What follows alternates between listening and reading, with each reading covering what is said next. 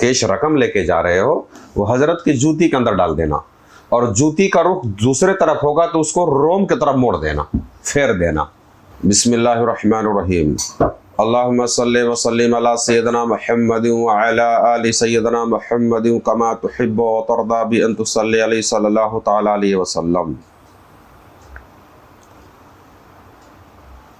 اہل اللہ سے کوئی ایسی چیزیں، ان کے اندر کوئی ایسی چیز دیکھیں جو بظاہر آپ کو سمجھ میں نہیں آ رہی ہیں،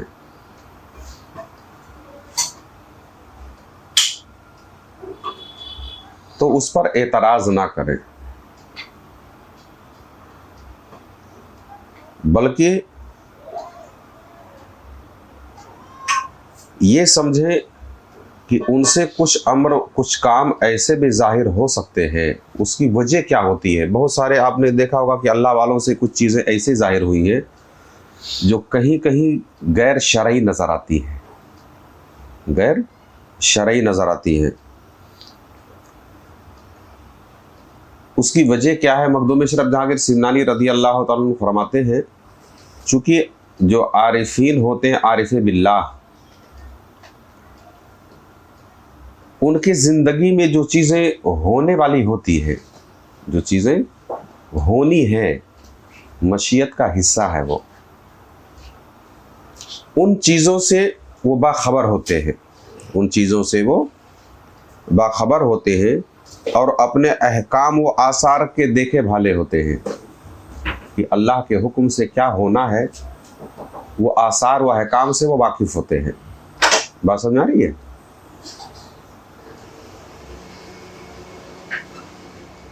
اس میں جو برے احکام ہوتے ہیں، کیا ہوتے ہیں؟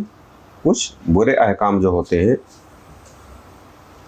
اس کو کر گزرنے میں جلدی بازی کر جاتے ہیں، کیونکہ آئینے کی طرح سب دیکھے ہوتے ہیں، سب کچھ ان کو نظر آتا ہے اللہ کے عطا سے۔ تو اس میں اگر جو کچھ برے احکام ہوتے ہیں، ان احکام کو وہ جلدی بازی میں کر گزر جانا چاہتے ہیں، کیونکہ ہونا تو وہ ہے۔ جلدی اس لیے کر جاتے ہیں تاکہ ان کو توبہ اور استغفار ہو جائے، یعنی اگر کوئی چیز ایسی ہے ہونا ہے اس کو تو وہ ہو جائے، اور توبہ اور استغفار کا ایک موقع مل جائے، جلدی، یعنی جلدی سے وہ ظاہر ہو جائے، ہے نا۔ یہ سمجھ لیجئے کہ ایک پھوڑا نکلا ہوا ہے، یہ 6 مہینے بعد اس کو پکنا ہے، 6 مہینے بعد یہ زخم نرم ہوگا اور پھوڑا پھوٹ جائے گا، برابر ہے۔ مگر ایک طبیب جو ہوگا، جو جانتا ہے کہ یہ زیادہ دن، جتنے دن میں رکھوں گا فطرتاً یہ پکے گا کتنے دن تک کے؟ 6 مہینے بعد، تو وہ نشتر مار کے اس کو پھوڑ دیتے ہیں، بات سمجھ آ رہی ہے، اور اس کو دبا کے نکال دیتے ہیں تاکہ اس کا مرہم پٹی ہو سکے، سمجھ آیا؟ مقصد یہ ہوتا ہے، یہ وہ چیزیں اس لیے ہو کر گزرتے ہیں تاکہ توبہ اور استغفار ہو جائے۔ ان کے کچھ افعال تو اس قسم کے ہوتے ہیں، اور بہت سے افعال بظاہر برے نظر آتے ہیں ہم لوگوں کو، جو غیر شرعی ہوتے ہیں، لیکن کسی مصلحت کا احتمال رکھتے ہیں۔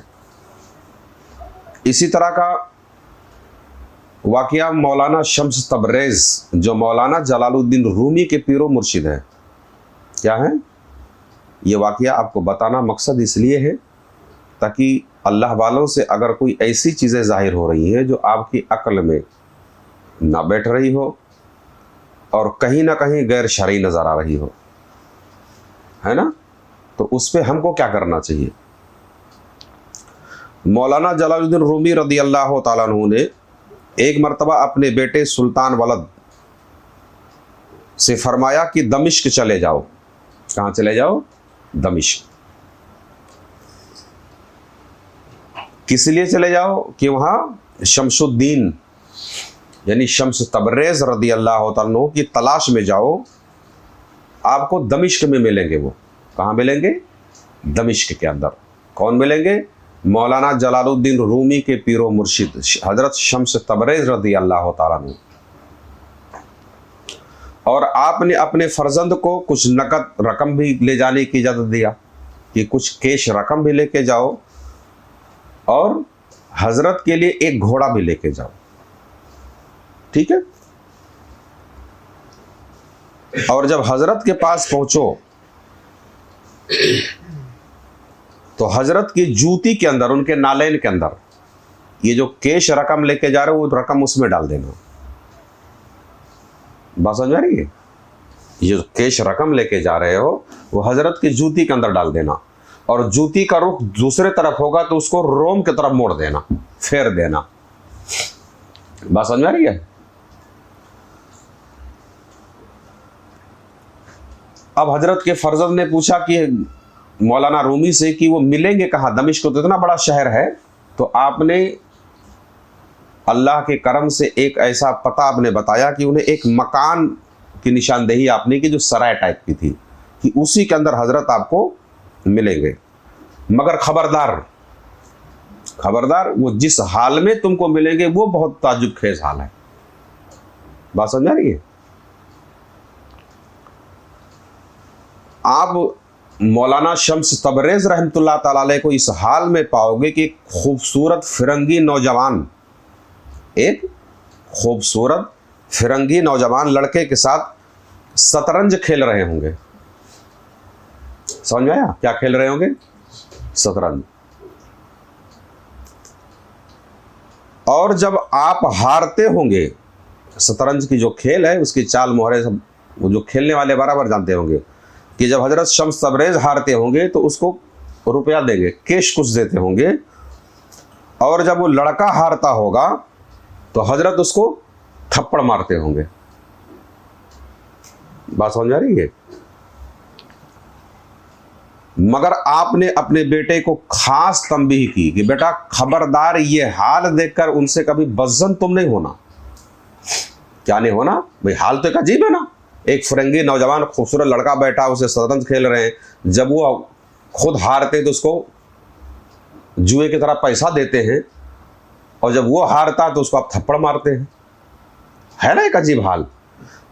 مولانا جلال الدین رومی رضی اللہ تعالیٰ عنہ نے اپنے بیٹے کو یہ نصیحت خاص طور پہ تنبیہ کی کہ ان کو اس حال میں دیکھ کے ان کا انکار کبھی مت کرنا، ان کے شان میں گستاخی مت کرنا، کیونکہ جو ابھی تم کو ایک فرنگی ایک عیسائی لڑکا نظر آ رہا ہے وہ گروہ عارفین میں سے ہے.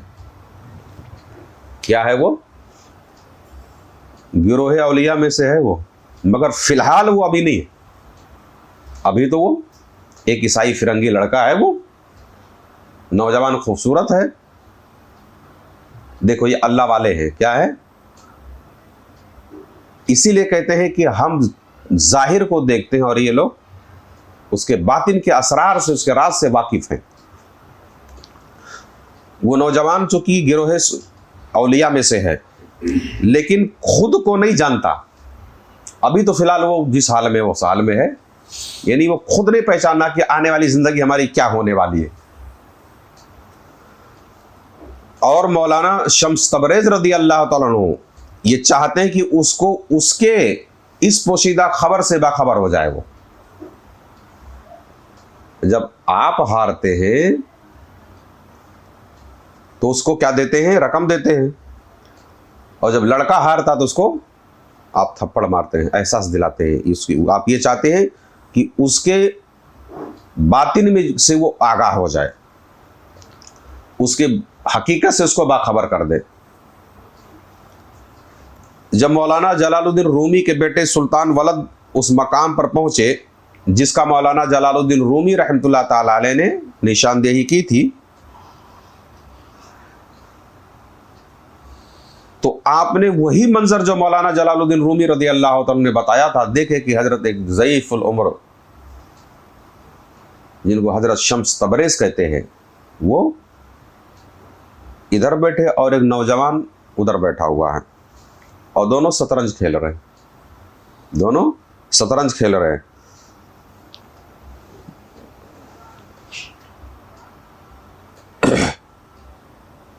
مولانا جلال الدین رومی کے بیٹے کے ہمراہیوں میں سے ایک جماعت نے آپ کے سامنے سر رکھ دیا اور رونے لگے، چونکہ ان کی عظمت سے واقف تھے. وہ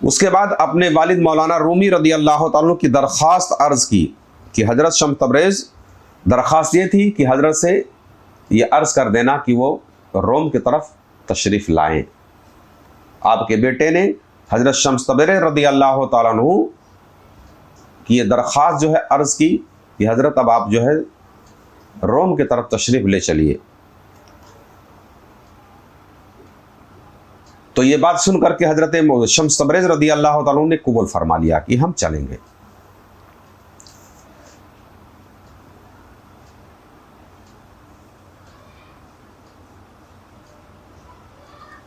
مولانا جلال الدین رومی رضی اللہ تعالیٰ عنہ کے بیٹے جن کا نام بہاؤ الدین تھا، ان کے 2 القاب ہیں، نام سلطان ولد کر کے اور بہاؤ الدین کو۔ تو مولانا شمس تبریز رضی اللہ تعالیٰ عنہ کو انہوں نے وہ گھوڑا پیش کیا جو ان کے والد نے دیا تھا کہ اسی پہ بٹھا کے حضرت کو لے آؤ۔ مولانا شمس تبریز رضی اللہ تعالیٰ عنہ گھوڑے پر سوار ہوئے، مگر مولانا جلال الدین رومی کا یہ با ادب بیٹا خود پیدل چلنے کے لیے آپ کے گھوڑے کا اس نے لگام پکڑ لیا،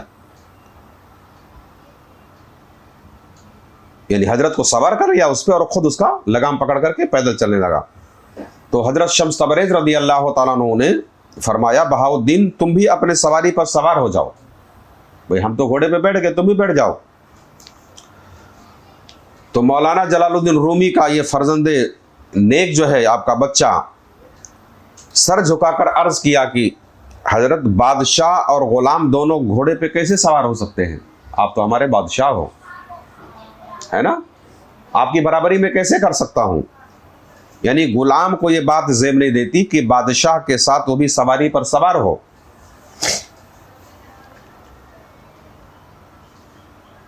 بات سمجھ میں آ رہی ہے؟ یعنی اس معاملے میں ہم آپ کی برابری نہیں کر سکتے، ہم آپ کو کونیا تک پیدل ہی ہم چلیں گے اور آپ کو سواری پر بیٹھا کے لے کے جائیں گے۔ دیکھیے یہ با ادب بچہ مولانا جلال الدین رومی رضی اللہ تعالیٰ عنہ کا، دمشق سے کونیا تک مولانا جلال الدین رومی کے بیٹے پیدل چلے اور کونیا پہنچے تو مولانا رومی رضی اللہ تعالیٰ عنہ کے بیٹے سلطان ولد کی ایک خدمت و ادب دیکھ کر حضرت شمس تبریز رضی اللہ تعالیٰ عنہ بہت خوش ہوئے اور مولانا جلال الدین رومی رضی اللہ تعالیٰ عنہ کو یہ باتیں بتائی کہ واقعی مولانا رومی یہ تمہارا بیٹا بہت ہی نیک بخت ہے اور ہم اس سے بہت ہی زیادہ خوش ہوئے، ہے نا، اس کے ادب دیکھ کر کے۔ اور اسی خوشی میں حضرت شمس تبریز رضی اللہ عنہ نے فرمایا کہ میرے پاس 2 ایسی نعمتیں ہیں، 2 چیزیں ہیں، ایک ہے سر، دوسرے ہے سر۔ سر تو میں نے مولانا رومی تم کو دے دیا اور سر جو ہے وہ میں نے آپ کے بیٹے بہاؤ الدین کو عطا کیا۔ سمجھ میں آ رہا؟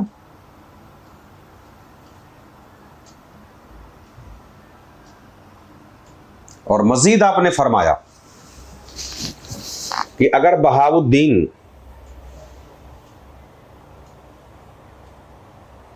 حضرت نوح علیہ السلام کی عمر بھی پا جائے، اگر بہاؤ الدین حضرت نوح علیہ السلام کی عمر بھی پا جاتے اور اتنی عمر میں اگر یہ ریاضات کرتے تو وہ نعمتیں ان کو نہیں ملتی جو دمشق سے کونیا کے سفر میں اس نے حاصل کر لی۔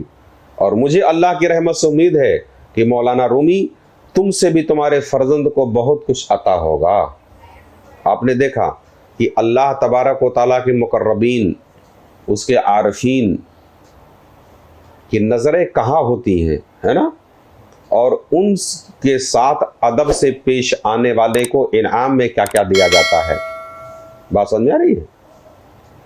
آج جسے ہم گنہگار، بدکار کیا کیا سمجھتے ہیں، آنے والے وقت میں اللہ کی تقدیر نے اس کو کیا لکھ رکھا اپنے علم سے، آپ کو کیا خبر ہے؟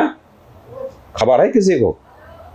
تو کسی پہ بدگمان ہونا، خاص طور پہ اپنے مشائخین کی کسی فعل پر بدگمان ہونا، یہ نہایت ہی بری اور مکروہ و قبیح فعل ہے۔